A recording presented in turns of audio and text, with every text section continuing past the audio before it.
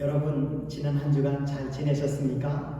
참빛 한인교회 주일 예배 함께 하시는 모든 분들 우리 주 예수 그리스도의 이름으로 사랑하고 환영합니다. 오늘 말씀은 빌립보서 3장 7절로 9절입니다. 그러나 무엇이든지 내게 유익하던 것을 내가 그리스도를 위하여 다 해로 여길 뿐더러 또한 모든 것을 해로 여김은 내 주 그리스도 예수를 아는 지식이 가장 고상하기 때문이라. 내가 그를 위하여 모든 것을 잃어버리고 배설물로 여김은 그리스도를 얻고 그 안에서 발견되게 함이니 내가 가진 의는 율법에서 난 것이 아니요 오직 그리스도를 믿음으로 말미암은 것이니 곧 믿음으로 하나님께로부터 난 의라. 아멘. 하나님 아버지 감사합니다. 이 시간 저희가 주의 말씀을 상고할 때 주의 성령께서 깨닫게 하시고 주의 진리 가운데로 실천하며 나아갈 수 있도록 주여 역사하여 주시옵소서. 예수님의 이름으로 기도드렸습니다. 아멘. 이번 주 말씀은 지난주 말씀의 연속입니다. 그래서 지난주 말씀을 잠깐 정리하고 나아가겠습니다. 코로나 바이러스는 세상을 불확실하게 만들었습니다. 불확실하다는 것은 앞으로의 상황이 어떻게 펼쳐질지 아무도 모른다는 것입니다. 어떻게 될지 모른다는 것은 지금까지 우리가 가지고 있었던 노력하면 된다, 하면 된다의 패러다임이 깨지는 것을 의미합니다. 노력해도 안 될 수 있다는 것은 곧 실패를 의미합니다. 우리는 실패가 예측되면 두려움의 고통 가운데 빠져듭니다. 그 두려움을 느끼면 우리는 얼어붙어서 앞으로 나아가지 못할 수 있습니다. 이런 상황에서 우리에게 필요한 것은 나는 할 수 있다, 우리는 해낼 수 있다라는 자신감입니다. 자신감을 말하면 어떤 사람들은 비성서적이라고 생각할 수도 있습니다. 그렇지만 사실은 자신감을 갖는 것은 성서적인 것입니다. 구약에서 하나님께서 예레미야 선지자에게 어려서 못한다고 하지 말라고 말씀하십니다. 할 수 있다라고 말하라고 하십니다. 신약에서는 예수님께서 믿는 자에게는 능치 못할 일이 없느니라라고 말씀하십니다. 믿음은 자신감입니다. 믿음의 본인 갈렙도 여리고성 앞에서 우리가 능히 승리할 수 있다라고 자신감을 말하고 실제로 그렇게 해냅니다. 빌립보서 4장 13절에서는 사도 바울이 내게 능력 주시는 자 안에서 내가 모든 것을 할 수 있느니라 라는 자신감을 고백합니다. 자신감은 비성서적인 것이 아니라 성서적인 것입니다. 그러면 어디에서 이런 자신감을 얻을 수 있습니까? 빌립보서 3장 3절에 의하면 믿지 않는 사람들은 육체를 신뢰한다고 하면서 육체에서 자신감을 찾는다고 했습니다. 육체가 의미하는 것은 무엇입니까? 그리스도 밖에 있는 것을 의미합니다. 구체적으로는 대표적으로 보통 세 가지가 있습니다. 첫째는 사람들의 칭찬입니다.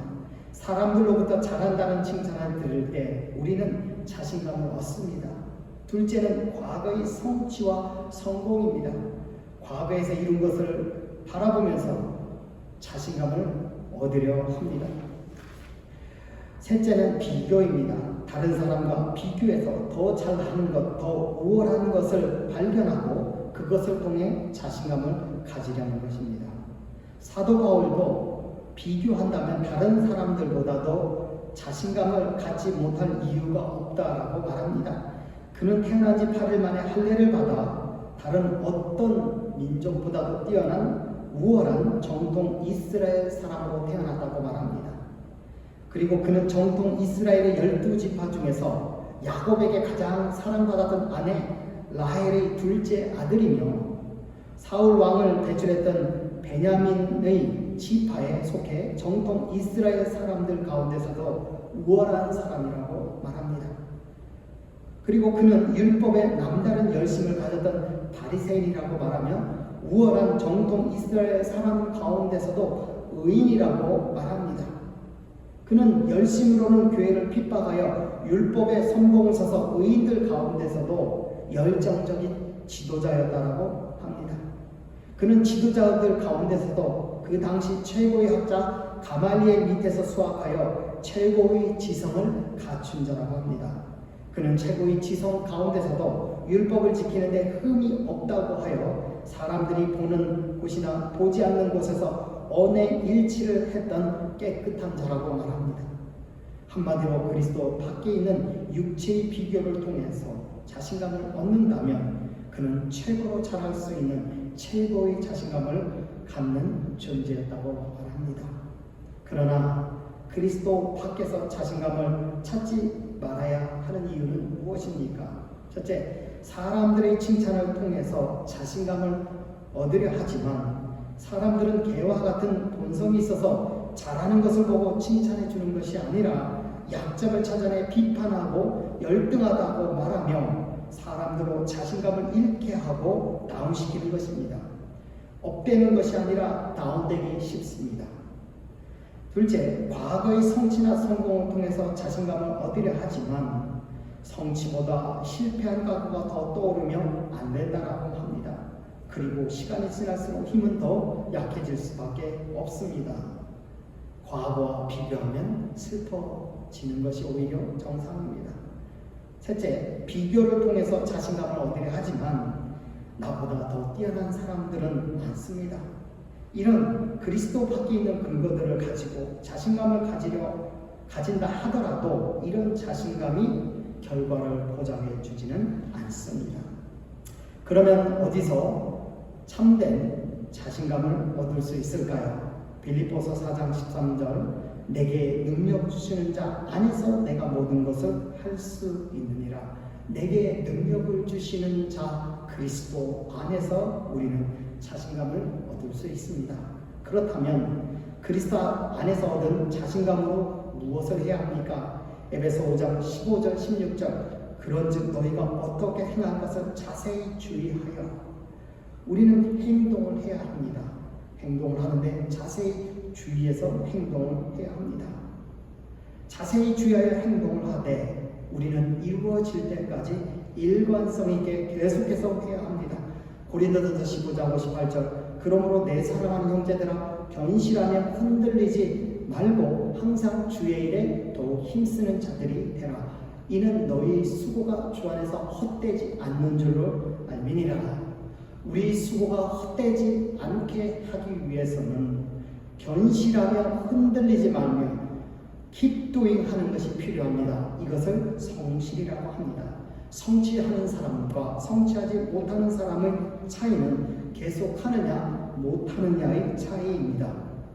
성실하기 위해서는 keep doing 하기 위해서는 우리가 인격이 받쳐줘야 합니다. 인격은 행동하는 방식입니다. 무의식적으로 습관적으로 계속해서 행동하는 방식이 몸에 배어 있어야 우리는 계속해서 할 수 있습니다. 이런 인격을 만드시는 분은 성령님이십니다. 그러므로 우리는 성령님을 의지해야 합니다. 마지막으로 우리가 중단하지 않고 끝까지 계속할 수 있는 이유는 그것이 의미이기 때문입니다. 그 의미가 무엇입니까? 클리어하게 적어보십시오. 순수한 동기가 끝까지 가게 한다는 사실을 잊지 마시기 바랍니다. 오늘은 우리에게 자신감을 주는 그리스도 안에 대해 살펴보겠습니다. 빌립보서 4장 13절에서 사도 바울은 내게 능력 주시는 자 안에서 모든 것을 할 수 있느니라 라고 말씀하십니다. 사도 바울은 자신에게 능력을 주시는 예수 그리스도 안에서 모든 것을 할 수 있다는 자신감을 단호하고 확신 있게 말씀하고 있습니다.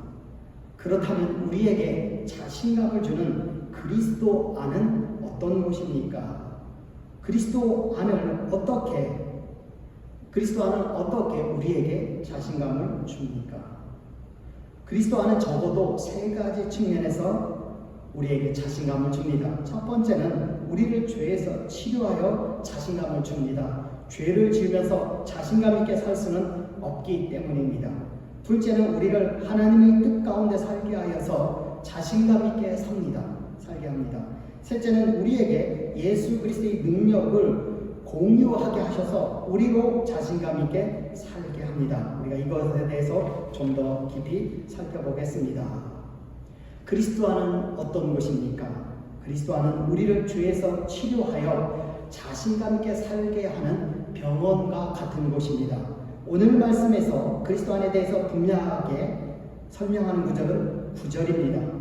그 안에서 그리스도 안에서 발견되려 함이니 내가 가진 의는 율법에서 난 것이 아니요 오직 그리스도를 믿음으로 말미암은 것이니 곧 믿음으로 하나님께로부터 난 의라.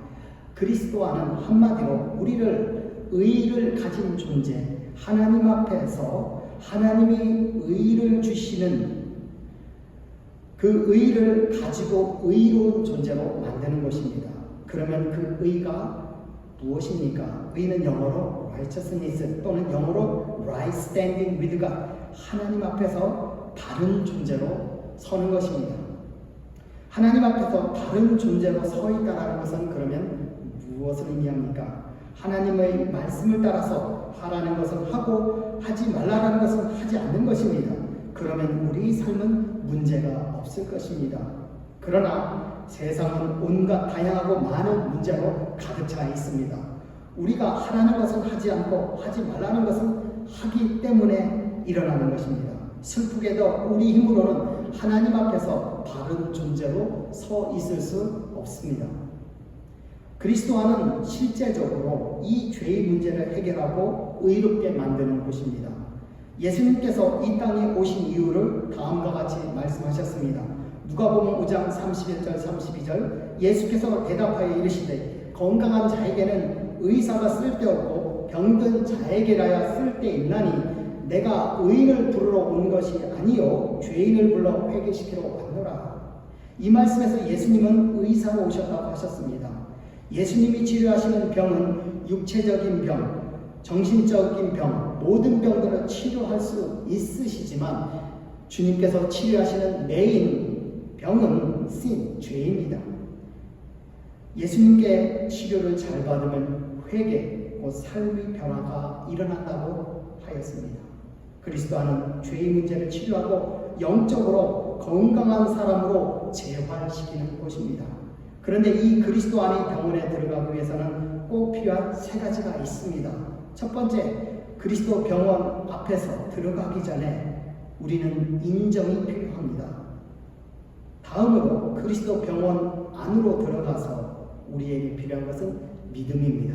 마지막으로 그리스도께서 주시는 처방에 따르는 것이 우리에게 필요합니다. 첫 번째로 그리스도 안의 병원 앞에서 그리스도 안의 병원에 들어가기 전에 우리는 죄인임을 인정해야 합니다. 그냥 죄인 정도가 아니라 죄의 중독자임을 인정해야 됩니다. 그 이유는 우리가 알코올 중독자, 약물 중독자와 같은 특성을 죄에 대해서 보이기 때문에 그렇습니다. 중독자의 한 가지 특징은 중독자는 한 번 빠지면 잘 나오지 못합니다. 계속 반복적으로 똑같은 일을 행합니다. 자신의 삶을 망치고 자신의 신체를 망치고 가족을 망치고 고통을 줌에도 불구하고 계속 반복적으로 행합니다. 멈출 수가 없습니다. 우리도 죄에 대해서 똑같은 중독 현상을 보입니다. 잠언 26장 11절 개가 그 토한 것을 도로 먹는 것 같이 미련한 자는 그 미련한 것을 거듭 행하느니라. 우리는 잘못한 것을 알고 다시는 하지 않겠다고 결심합니다. 하지만 개가 토한 것을 도로 먹듯이 계속해서 동일한 죄를 범합니다. 마치 중독자와 같이요. 또 죄의 중독자로서의 또 하나의 특징은 약물 중독자들과 같이 신체에 내성이 생겨 우리도 죄에 대한 내성을 경험합니다. 내성이 생긴다는 것은 같은 약으로는 자극을 느끼지 못하는 것이죠. 죄에 대한 내성이 생기면 같은 범죄에 대해서 양심의 가책, 고통을 느끼지 못합니다. 디모데전서 4장 2절 자기 양심이 화인을 맞아서 외식함으로 거짓말하는 자들이라. 화인은 불에 데이는 것을 말합니다. 화인을 맞으면 신경이 죽어서 고통을 느끼지 못합니다. 마찬가지로 양심이 화인을 맞으면 죄책감의 고통을 느끼지 못합니다. 사람들이 볼 때와 보지 않을 때가 달라도 양심이 고통을 느끼지 못합니다. 말과 행동이 달라도 양심이 고통을 느끼지 못합니다. 거짓말해도 양심이 고통을 느끼지 못합니다. 죄를 범했는데도 양심의 고통을 느끼지 못한다면 죄의 중독에 빠진 것입니다. 중독자들이 문제가 심각함에도 불구하고 재활원에 들어가지 못하는 이유는 그들 속에 있는 방어 기제 또는 변명, 합리화 때문인데 이 방어 기제는 불편하게 하는 현실을 무의식적으로 부정하는 것입니다. 막는 것입니다.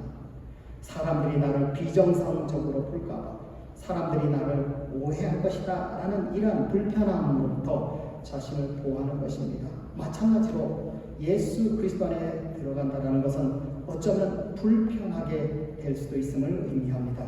그러나 중독은 시간이 지날수록 우리를 더 망가뜨릴 수 있습니다. 일찍 가는 것이 최선입니다. 늦을수록 기회는 잃어가고 그만큼 손해볼 것입니다. 그리스도의 안의 병원 안에 들어가기 전에 필요한 것은 나는 죄의 중독자임을 인정하는 것입니다. 여러분은 인정할 수 있습니까? 그리스도 안의 병원으로 들어가서 필요한 것은 믿음입니다. 믿음은 두 가지를 요구합니다. 첫 번째는 이 중독에서 치유되면 그 이후의 삶은 좋아질 것이다라는 것을 믿어야 합니다. 옆에서 중독자들을 보면 폐인처럼 살고 있어서 안타깝습니다. 만약 그들이 중독을 끊고 정상적인 삶을 살아간다면 차원 높은 더 좋은 삶을 살 수 있을 텐데 라며 아쉬워합니다. 하나님도 마찬가지일 것입니다. 지금 현재 살고 있는 죄의 중독된 삶을 끊는다면, 바른 삶으로 바꾸어진다면 우리에게는 풍성한 삶이 주어질 것입니다. 요한복음 10장 10절 내가 온 것은 양으로 생명을 얻게 하고 받고 더 풍성히 얻게 하려는 것이라. 죄를 지어도 문제를 느끼지 못하는 죄의 중독된 삶이 정상적인 삶이 아니라는 것을 우리는 깨달아야 되고 인정할 수 있어야 합니다. 그리스도 안의 병원에서 우리가 믿어야 하는 또 하나는 그리스도께서 최고의 의사이심을 믿어야 합니다. 누가복음 31절 32절을 다시 읽어보면 예수께서 대답하여 이르시되 건강한 자에게는 의원이 쓸데없고 병든 자에게라야 쓸데있나니 내가 의인을 부르러 온 것이 아니요 죄인을 불러 회개시키러 왔노라. 믿음이라는 것은 사실로 받아들이는 것입니다. 예수님께서 최고의 의사이심을 사실로 받아들이시기를 바랍니다. 믿지 못하겠거든 예수님의 부활의 능력을 믿으시기 바랍니다. 의사들이 다른 병들은 다 고칠 수 있겠지만 살아있는 자들에게만 해당되는 것입니다. 그러나 예수님은 죽은 자를 살리시는 최고의 의사이십니다. 예수님께 불치병이라는 것은 없습니다. 그리스도 안의 병원 앞에서 우리는 죄의 중독을 인정하고 그리스도 안의 병원으로 들어가서 우리는 예수님께서 최고의 의사심을 믿고 또 우리가 그 죄의 중독에서 치료되면 우리에게 더 풍성한 삶이 기다리고 있다는 것을 믿으며 예수님께서 주시는 죄의 처방전을 우리는 따라야 합니다. 그 처방전은 무엇입니까? 고린도전서 10장 13절 사람이 감당할 시험밖에는 너에게 당한 것이 없나니 오직 하나님은 미쁘사 너희가 감당하지 못할 시험당은 허락지 아니하시고 시험 당할 쯤에 또한 피할 길을 내사 너희로 능히 감당하게 하시느니라. 죄의 유혹이 올 때마다 주님께 나아가십시오. 그러면 주님께서 처방전을 주실 것입니다. 그 처방전은 피할 길입니다. 우리는 이 피할 길을 따라 피하면 죄의 유혹으로부터 죄의 중독으로부터 벗어날 수 있습니다.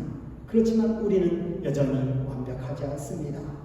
처방전을 따라 하지 않아 죄를 짓고 넘어질 수 있습니다. 그렇다면 주님은 또 다른 처방전을 주십니다. 요한일서 1장 9절 만일 우리가 우리 죄를 자백하면 저는 미쁘시고 의로우사 우리 죄를 사하시며 모든 불의에서 우리를 깨끗게 하실 것이요. 주님께서는 우리로 하여금 자백하게 하시는 처방전을 주십니다. 이 처방전을 따라 우리가 자백하면 우리의 죄를 용서하시고 다시 일어나게 하십니다.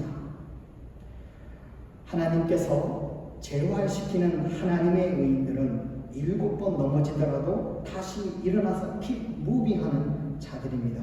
여러분들도 계속해서 일어나시길 예수님의 이름으로 축원합니다. 우리가 자신감 있게 살려면 우리가 죄의 중독으로부터 벗어나야 됩니다. 그리고 또 필요한 것은 하나님의 뜻대로 사는 것이 필요합니다. 요한일서 5장 14절 그를 향하여 우리가 가진 바 담대함, 자신감이 이것이니 그의 뜻대로 무엇을 구하면 들으시니라. 우리가 자신감 있게 살려 하면 하나님의 뜻대로 살아가는 것입니다. 우리가 어떻게 하나님의 뜻대로 살 수 있습니까? 빌립보서 3장 7절은 우리가 하나님의 뜻대로 살기 위해 무엇이 필요한지 가르쳐주고 있습니다. 그러나 무엇이든지 내게 유익하던 것을 내가 그리스도를 위하여 다 해로 여길 뿐더러. 사도 바울은 자신에게 유익하던 것을 그리스도를 위하여 다 해로 여긴다고 말씀하고 있습니다. 그러면 그 유익하던 것이란 무엇일까요? 영어로는 What things were gain to me? 내가 개인한 것, 내가 얻은 것입니다.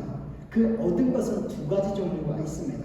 첫 번째는 자신이 노력하지 않고 선천적으로 주어진 것입니다. 그것은 8일 만에 할례를 받고 정통 유대인으로 태어난 것, 또 베냐민 지파로 태어난 것, 로마 시민권을 가지고 태어난 것입니다. 한마디로 사도 바울은 마치 금수저로 태어난 것 같습니다. 두 번째는 자신의 힘과 노력으로 얻은 것입니다. 그 예는 율법의 열심이었던 바리새인의 삶, 가말리엘 대선생 아래서 수학한 것, 또 교회 핍박을 열심히 했던 것, 율법에 흠이 없이 살려 했던 것들입니다. 그는 이것들을 왜 유익하게 했을까요? 이것들은 하나님 앞에서는 자신을 의롭게 만드는 것이었습니다. 이렇게까지 열심히 노력한 자신을 하나님은 당연히 의롭다고 선언해 주어야 한다고 믿게 했습니다. 사람들 앞에서는 자신을 우월한 존재, 가치 있는 존재, 중요한 존재, 차이나는 존재로 만들어주는 그의 자랑이었습니다. 스스로에게는 나는 할 수 있다는 자신감을 주는 것이었습니다. 한마디로 예수님을 만나기 전에 사도 바울은 그것에 의지하는 디펜던하는 사람이었습니다. 그런데 그는 이것을 해로 여겼다고 했습니다. 해로 여겼다는 것은 무슨 의미일까요? 여기서 해라는 것은 헬라어로 제미아입니다. 그 뜻은 손해 또는 잃어버리다 또는 버리다의 뜻을 가지고 있습니다. 이 단어가 쓰인 곳은 무역을 하다가 손해보거나 폭풍우 치는 바다 속에서 배를 가볍게 유지하기 위하여 짐들을 바다에 다 버릴 때 쓰는 단어입니다. 마치 요나가 니느웨로 가지 않고 다시스로 가는 배를 타고 가다가 폭풍우를 만나 배에 있던 사람들이 짐을 바다에 다 버리는 것과 같은 장면입니다. 사도 바울이 왜 그가 의지했던 것을 다 버린다고 했습니까? 그가 얻었던 것들은 그를 자신감을 넘어 과신 속에서 그리스도를 향해 눈을 가리고 귀를 막아 하나님의 뜻을 깨닫지 못하게 했기 때문입니다. 그러다가 그 사실을 담에색 도상에서 부활의 주님을 만나고 깨달았습니다. 하나님의 뜻은 그리스도 안에서 조명되어지고 깨달아집니다. 예수 그리스도 그분이 독생하신 하나님이시기 때문입니다. 하나님께서 요나에게 니느웨로 가서 복음을 전하라고 하셨습니다. 그러나 요나는 하나님의 말씀에 대해 못마땅하게 여겼습니다. 그 이유는 니느웨가 이스라엘의 적국이었고 그들이 자신이 전하는 복음을 듣고 회개하여 흥해진다는 것은 곧 이스라엘의 고통을 의미했기 때문입니다. 요나는 그것을 원하지 않았습니다. 그래서 요나는 니느웨로 가는 배를 타지 않고 다시스로 가는 배를 탔습니다. 그러자 하나님이 폭풍을 보내셔서 그 배를 위험하게 만들었습니다. 배에 있던 사람들은 자신들의 신을 부르고 배를 가볍게 하기 위해 짐을 바다에 던졌습니다. 그러나 여전히 바람은 진정되지 않았습니다. 그래서 사람들은 요나를 찾은 후 누구 때문에 이런 일이 벌어졌는지 알기 위해 제비 뽑기를 했더니 마침 요나가 걸렸습니다. 요나는 그 폭풍이 왜 일어나는지 알고 있었고 사람들에게 알린 후 자신을 바다에 던지라고 했습니다. 사람들을 바다에 던진다는 것은 주저했던 사람들은 점점 더 흉흉해지는 바다 앞에서 그를 던졌습니다. 그러나 바다에 던져진 요나는 죽는 줄 알았는데 하나님이 큰 물고기를 준비하셔서 그를 안전하게 하나님이 정하신 곳으로 인도했습니다. 그곳은 하나님이 말씀하셨던 니느웨였습니다. 그가 하나님의 뜻에 따라 니느웨에서 복음을 전할 때 왕으로부터 해서 온 나라가 회개하는 역사가 일어났습니다. 기적이 일어났습니다. 그리스도와는 우리를 하나님의 뜻으로 인도하는 요나의 물고기와 같습니다. 그동안 내가 추구했던 것을 내려놓고 그리스도 안으로 나를 던지십시오. 하나님이 인도하시는 곳에서 모든 것을 할 수 있는 기적이 일어납니다. 그리스도 안은 죄의 중독을 치료하는 병원이며 그리스도 안은 하나님이 뜻하신 곳으로 인도하는 요나의 물고기와 같으며 또한 그리스도 안은 주님과 하나가 되게 하는 것입니다. 빌립보 4장 13절에서 내게 능력 주시는 자 안에서 내가 모든 것을 할 수 있느니라 이 말씀을 세 부분으로 나누어서 생각해 볼 수가 있습니다. 첫째는 내가 모든 것을 할 수 있느니라 라는 부분입니다. 사도 바울은 한두 가지가 아니라 모든 것을 할 수 있는 자신감을 담대하게 나타냅니다. 이런 자신감은 사도 바울이 일을 계속할 수 있는 동기가 있음을 나타냅니다. 자신감은 곧 일을 계속할 수 있는 힘을 의미하기 때문입니다. 또한 그가 삶에 대한 의욕과 희망으로 가득 차 있음을 알 수 있게 하는 것입니다. 두 번째, 그가 그렇게 자신감이 넘치는 이유는 예수 그리스도께서 능력을 주시기 때문입니다. 능력이 없는 가운데 모든 것을 할 수 있느니라 라는 말은 믿음이 아니라 만용일 뿐입니다. 사도 바울은 만용을 부리는 사람이 아닙니다. 그는 실제로 세계를 복음으로 정복하는 기적을 만든 능력을 나타냈습니다. 마지막으로 그가 능력을 받아 모든 것을 할 수 있는 자신감이 넘치는 상태가 될 수 있었던 원인은 그리스도 안에 있었기 때문입니다. 그러면 그리스도 안이란 어떤 것입니까? 나는 주님 안에 있고 주님은 내 안에 있습니다. 한 곳에서 하나가 되어 같이 사는 사람들을 무엇이라고 부릅니까? 가족이라고 부릅니다. 마찬가지로 우리가 그리스도 안에 거한다는 것은 그분과 내가 가족이 되는 것을 의미합니다. 한 가족이 되면 어떤 일이 일어날까요? 가족이 되면 서로 모든 것을 공유하게 됩니다. 한 번은 제 아들과 차를 타고 가고 있는데 아들이 그 차를 말할 때 아빠 차라고 불렀습니다. 그때 제가 아빠 차가 아니라 우리 차야 라고 정정해 주었습니다. 그 말은 내가 원하면 언제든지 이 차를 이용할 수 있어, 공유할 수 있어 라고 말하는 것입니다. 우리가 그리스도 안에 있을 때 똑같은 일이 벌어집니다. 그리스도 안에 들어가면 내 것은 그리스도의 것이 되고 그리스도의 것은 내 것이 되는 공유 현상이 일어납니다. 그 중에 하나는 고린도 후서 5장 21절에 나오고 있습니다. 하나님이 죄를 알지도 못하신 일을 우리를 대신하여 죄로 삼으신 것은 우리로 하여금 그 안에서 하나님의 의가 되게 하려 하심이라. 우리 죄는 그리스도께서 공유하시고 그리스도의 의는 우리의 의가 되는 공유하는 현상이 일어나는 것입니다. 죄와 의뿐만 아니라 그분의 능력도 내 능력이 되는 것입니다. 그렇기에 사도 바울은 모든 것을 할 수 있는 자신감을 가질 수 있었고 실제로 그렇게 되었습니다. 이 그리스도 안을 어떻게 들어갈 수 있습니까? 믿음으로 들어갈 수 있습니다. 요한복음 15장 7절 너희가 내 안에 거하고 내 말이 너희 안에 거하면 무엇이든지 원하는 대로 구하라. 그리하면 이루리라. 믿음이란 하나님의 말씀을 사실로 받아들이는 것입니다. 우리가 그리스도 안에 거하려 한다면 그분의 말씀이 우리 안에 거하게 해야 합니다. 살아있게 해야 됩니다. 사실로 받아들여야지 역사가 일어나는 것입니다. 정리하면 그리스도 안은 우리의 죄의 중독을 치료하여 우리로 영적으로 자신감 있게 살게 하며 그리스도 안은 우리를 하나님의 뜻으로 인도하여 담대하게 살게 하며 그리스도 안은 예수 그리스도의 모든 것을 공유하게 하여 우리를 능력 있게 살게 하는 것입니다. 그것으로 들어가는 길은 믿음입니다. 같이 기도하겠습니다. 하나님 아버지 감사합니다.